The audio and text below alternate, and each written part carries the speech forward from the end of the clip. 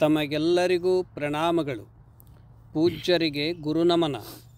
ವಿಶ್ವಸಂತರು, ನಿರಾಭಾರಿ ಸದ್ಗುರುಗಳು, ಶ್ರೀ ಸಿದ್ದೇಶ್ವರ ಮಹಾಸ್ವಾಮೀಜಿ ಜ್ಞಾನೋಪಾಸಕರು, ಸತ್ಯದ ಆರಾಧಕರು, ಕವಿ ಹೃದಯದವರು, ಹಠಯೋಗದ ದಿವ್ಯ ಸಾಧನ ಅನುಷ್ಠಾನ ಮಾಡಿ ಯೋಗ ಸಿದ್ಧಿ ಪಡೆದ ದಿವ್ಯಯತಿಗಳಿವರು, ಶರೀರ ಮನ ಬುದ್ಧಿಗಳನ್ನು ತಮ್ಮ ವಶದಲ್ಲಿ ಇರಿಸಿಕೊಂಡ ರಾಜಯೋಗಿಗಳಿವರು, ಪ್ರಪಂಚದ ಅನೇಕ ರಾಷ್ಟ್ರಗಳಲ್ಲಿ ಪರಿವ್ರಾಜಕ ಸನ್ಯಾಸಿಯಾಗಿ ನಿರಾಭಾರಿ ಜಂಗಮರಾಗಿ ಭವ್ಯ ಭಾರತದ ಸಂಸ್ಕೃತಿಯ ವೈಭವದ ಕೀರ್ತಿಯನ್ನು ಹೆಚ್ಚಿಸಿದವರು, ಪ್ರತಿನಿತ್ಯ ಬ್ರಾಹ್ಮಿ ಮುಹೂರ್ತದಲ್ಲಿ ಜಪ ತಪ ಅನುಷ್ಠಾನ ಚಿಂತನ ಮಾಡಿದ ಶಿವಯೋಗಿಗಳಿವರು, ಮುಖಮಂಡಲದಿಂದ ಸದಾ ಸಂತಸದ ಮುಗುಳ್ನಗೆಯ ಸೂಸುತ್ತಾ ಸರ್ವರಿಗೂ ಸಕಾರಾತ್ಮಕ ಊರ್ಜಾಶಕ್ತಿ ನೀಡುವ ಲಯಯೋಗಿಗಳಿವರು, ಅಮರ ಅಮೃತ ಜ್ಞಾನವನ್ನು ಚಲಿಸುವ ವಿಶ್ವಕೋಶವಾಗಿ ಸರ್ವಭಕ್ತರ ಹೃದಯದಲ್ಲಿ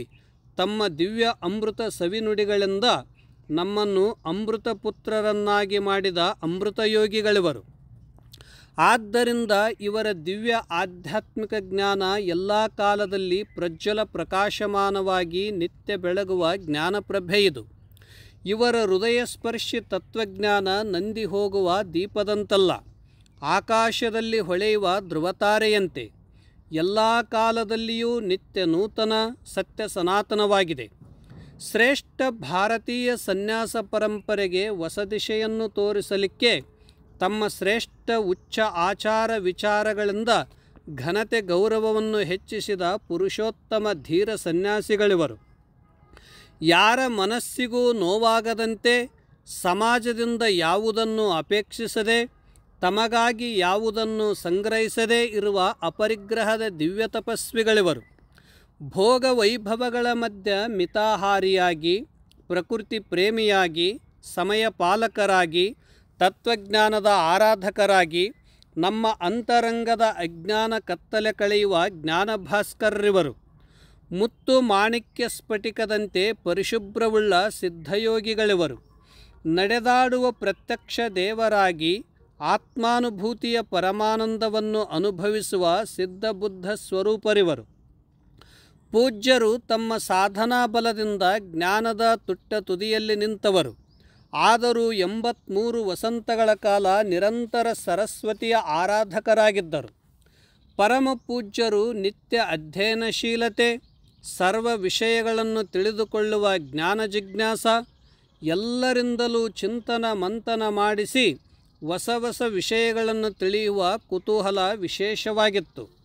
ಆದ್ದರಿಂದ ಪೂಜ್ಯರು ಭೂಮಿಯಲ್ಲಿರುವ ಸಮಸ್ತ ಜೀವಜಂತುಗಳ ಸೃಷ್ಟಿ ಸ್ಥಿತಿ ರಚನೆ ಗುಣಸ್ವಭಾವ ತಿಳಿಯಲಿಕ್ಕೆ ಜೀವಶಾಸ್ತ್ರ, ವಿಸ್ಮಯ ಪ್ರಪಂಚದಲ್ಲಿ ಅನೇಕ ಭೌತ ವಸ್ತುಗಳ ಉತ್ಪತ್ತಿ ನಿರ್ಮಾಣ ಮತ್ತು ಇವುಗಳ ಸೂಕ್ಷ್ಮ ಕಾರ್ಯವನ್ನು ತಿಳಿಯುವುದಕ್ಕೆ ಭೌತಶಾಸ್ತ್ರ, ವಿಶಾಲವಾದ ಆಕಾಶದಲ್ಲಿ ಕೋಟ್ಯಂತರ ವರ್ಷಗಳಿಂದ ತಮ್ಮದೇ ಆದ ಗುರುತ್ವಾಕರ್ಷಣೆ ಶಕ್ತಿಯಿಂದ ಅನುಕ್ರಮವಾಗಿ ಚಲಿಸುವ ಗ್ರಹ ತಾರೆ ನಕ್ಷತ್ರಗಳನ್ನು ಅರಿತುಕೊಳ್ಳಲಿಕ್ಕೆ ಖಗೋಳಶಾಸ್ತ್ರ, ದಿವ್ಯ ಪ್ರಕೃತಿಯಿಂದ ನಿರ್ಮಾಣಗೊಂಡ ಗಿಡ ಮರ ಬಳ್ಳಿ ಮತ್ತು ವಿಶೇಷ ಮಾನವ ಶರೀರ, ಬುದ್ಧಿಯಲ್ಲಿ ಉತ್ಪತ್ತಿಯಾಗುವ ರಸಾಯನ ಕ್ರಿಯೆಗಳು ತಿಳಿದುಕೊಳ್ಳಲಿಕ್ಕೆ ರಸಾಯನಶಾಸ್ತ್ರ, ಜಗತ್ತಿನಲ್ಲಿ ಎಲ್ಲವೂ ನಿಯಮಿತವಾಗಿ ಸುಸೂತ್ರವಾಗಿ ನಡೆಯುವುದಕ್ಕೆ ಮತ್ತು ಮಾನವಕುಲ ವಿಕಾಸವಾಗುವುದು ಗಣಿತಶಾಸ್ತ್ರದಿಂದ, ಹೀಗೆ ಅನೇಕ ರಾಷ್ಟ್ರದ ಸಕಲ ತತ್ವಶಾಸ್ತ್ರಗಳನ್ನು ವಿಶೇಷವಾಗಿ ಆಳವಾಗಿ ಅಧ್ಯಯನ ಮಾಡಿದವರಾಗಿದ್ದರು. ಇಷ್ಟೇ ಏಕೆ ಭಾರತದ ಪ್ರಾಚೀನ ದೇವಭಾಷೆ ಅಮೃತ ಭಾಷೆ ಸಂಸ್ಕೃತ ಭಾಷೆಯಲ್ಲಿರುವ ವೇದಗಳನ್ನು ಮತ್ತು ಜ್ಞಾನಪ್ರಧಾನವಾದ ಸಹಸ್ರಾರು ಉಪನಿಷತ್ತುಗಳನ್ನು, ತತ್ವಶಾಸ್ತ್ರ ಪ್ರಧಾನವಾಗಿರುವ ಪ್ರಸ್ಥಾನತ್ರಯಗಳು, ಭಾರತೀಯ ತತ್ವಶಾಸ್ತ್ರ ಪ್ರಧಾನವಾಗಿರುವ ಷಡ್ದರ್ಶನಗಳು, ಮನಸ್ಸಿನಲ್ಲಿರುವ ಸೂಕ್ಷ್ಮ ಸಂವೇದನೆಗಳು, ಸಂಕಲ್ಪ ಕ್ರಿಯೆ ಕಾರ್ಯಗಳನ್ನು ತಿಳಿದುಕೊಳ್ಳುವ ಮನಃಶಾಸ್ತ್ರ, ಸರ್ವೋತ್ತಮ ಜೀವನ ಕ್ರಮದಿಂದ ಶರೀರಕ್ಕೆ ಬಲ, ಬುದ್ಧಿಯಲ್ಲಿ ತೇಜಸ್ಸು, ದೀರ್ಘಾಯು ರಹಸ್ಯವನ್ನು ಒಳಗೊಂಡಿರುವ ಆಯುರ್ವೇದ ಶಾಸ್ತ್ರ, ಚಿತ್ತವೃತ್ತಿ ನಿರೋಧದಿಂದ ಸಮಾಧಿ, ಅಷ್ಟಾಂಗ ಸಾಧನೆಯಿಂದ ಸಿದ್ಧಿ, ಪವಿತ್ರ ದೃಷ್ಟಿಯಿಂದ ನೋಡುವುದೆಲ್ಲವೂ ಈಶ್ವರನ ವಿಭೂತಿ, ಸರ್ವಬಂಧನಗಳಿಂದ ಬಿಡುಗಡೆ ಹೊಂದಲಿಕ್ಕೆ ಜೀವನಿಗೆ ಕೈವಲ್ಯ ಪ್ರಧಾನವಾಗಿರುವ ಯೋಗಶಾಸ್ತ್ರ, ಶ್ರೇಷ್ಠ ಭಕ್ತಿಯೇ ಅಮೃತ ಸ್ವರೂಪ,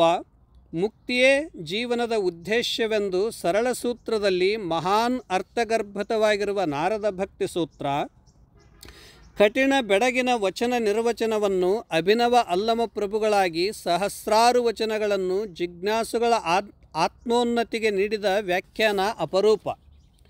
ವಿಶೇಷವಾಗಿ ವೇದಾಂತ ಕೇಸರಿ ಶ್ರೀ ಮಲ್ಲಿಕಾರ್ಜುನ ಮಹಾಗುರುಗಳ ಪ್ರಬಲವಾದ ಸಂಕಲ್ಪ ಆಶಯ, ಶ್ರೀ ಸಿದ್ದೇಶ್ವರ ಮಹಾಸ್ವಾಮಿಗಳು ಆಧ್ಯಾತ್ಮಿಕ ಕ್ಷೇತ್ರದಲ್ಲಿ ವಿಶ್ವಪ್ರಸಿದ್ಧವಾಗಬೇಕು ಅಂತ ದೃಢವಾದ ಸದ್ಗುರುಗಳ ಇಚ್ಛೆ ಇತ್ತು ಮತ್ತು ಅನೇಕ ದೇಶಗಳಲ್ಲಿ ಶ್ರೇಷ್ಠ ಭಾರತೀಯ ಸಂಸ್ಕೃತಿಯ ಸುಗಂಧ ಪಸರಿಸಬೇಕು ಎಂಬ ಭರವಸೆಯಿಂದ ರಾಷ್ಟ್ರದ ಮಹಾನ್ ಸಂತರು, ವಿದ್ವಾಂಸರು, ಅನುಭವಿಗಳಿಂದ ವಿಶೇಷ ಅಧ್ಯಯನ ಮಾಡಿಸಿದರು. ಪೂಜ್ಯರು ಮಹಾರಾಷ್ಟ್ರ ಕೊಲ್ಹಾಪುರ ಶಿವಾಜಿ ಯೂನಿವರ್ಸಿಟಿಯಲ್ಲಿ ತತ್ವಶಾಸ್ತ್ರದಲ್ಲಿ MA ಫಿಲಾಸಫಿ, ಇಂಗ್ಲೀಷ್ನಲ್ಲಿ ಸಂಪೂರ್ಣ ಶಿಕ್ಷಣ ಪಡೆದರು. ಹಾಗೆ ರಾಷ್ಟ್ರಭಾಷೆ ಹಿಂದಿ, ದೇವಭಾಷೆ ಸಂಸ್ಕೃತ, ಮಾತೃಭಾಷೆ ಕನ್ನಡ, ವಿಶೇಷ ಮರಾಠಿ ಭಾಷೆ ಅಧ್ಯಯನ ಮಾಡಿ 5 ಭಾಷೆಗಳಲ್ಲಿ ವಿಶೇಷ ಪರಿಣಿತರಿದ್ದರು ಮತ್ತು ಶ್ರೇಷ್ಠ ಪ್ರವಚನಕಾರರಾಗಿದ್ದರು.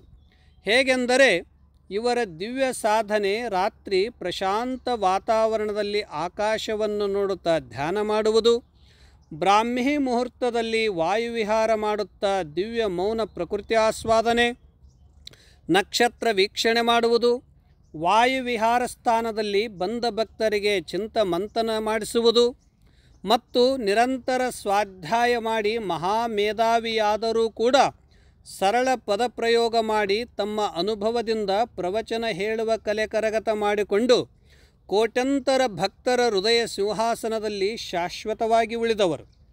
ಪೂಜ್ಯರ ತ್ಯಾಗ, ತಪಸ್ಸು, ಅತೀಂದ್ರಿಯ ಜ್ಞಾನ ಸಿದ್ಧಿ ಪಡೆದ ಯತಿಶ್ರೇಷ್ಠರು. ಪೂಜ್ಯರು ಪ್ರಕೃತಿ, ಗಿಡ, ಮರ, ಬಳ್ಳಿ, ಪಶುಪಕ್ಷಿಗಳ ವರ್ಣನೆ, ಸುಂದರ ಮುಗಿಲೆತ್ತರದ ಬೆಟ್ಟ, ನದಿ, ಸಾಗರ, ಸೂರ್ಯ, ಚಂದ್ರ, ನಕ್ಷತ್ರಗಳ ದಿವ್ಯ ಲೀಲೆಗಳನ್ನು ತಮ್ಮದೇ ಆದ ಅನುಭವದಿಂದ ಸರ್ವರ ಚಿತ್ತಾಕರ್ಷಿಸುವ ಕಲಕರಗತ ಮಾಡಿಕೊಂಡ ದಿವ್ಯ ಋಷಿಗಳಿವರು. ಸಿದ್ಧನೆಂದರೆ ಪ್ರಕೃತಿಯಲ್ಲಿ ಇದ್ದು ಪ್ರಕೃತಿಗೆ ಅತೀತನಾದವರು. ಸುಂದರ ಆಕರ್ಷಣ ಜಗತ್ತಿನಲ್ಲಿ ಇದ್ದುಕೊಂಡು ಜಿತೇಂದ್ರಿಯನಾಗಿ ಬಾಳಿದ ಮಹಾಪುರುಷೋತ್ತಮರು. ಇವರ ಜ್ಞಾನ, ತ್ಯಾಗ, ತಪಸ್ಸಿದ್ಧಿಗೆ ತಾವಾಗಿಯೇ ಒಲಿದು ಬಂದ ಸಾಮಾಜಿಕ ಸ್ಥಾನ, ಮಾನ, ಗೌರವ, ಪ್ರಶಸ್ತಿಗಳ ಮೀರಿ ನಿಂತ ಮಹಾವೀರರು.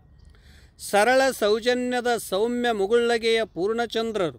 ಪೂಜ್ಯ ಶ್ರೀ ಸಿದ್ದೇಶ್ವರ ಮಹಾಸ್ವಾಮೀಜಿಯವರಿಗೆ ಶತಶತ ಗುರುನಮನ.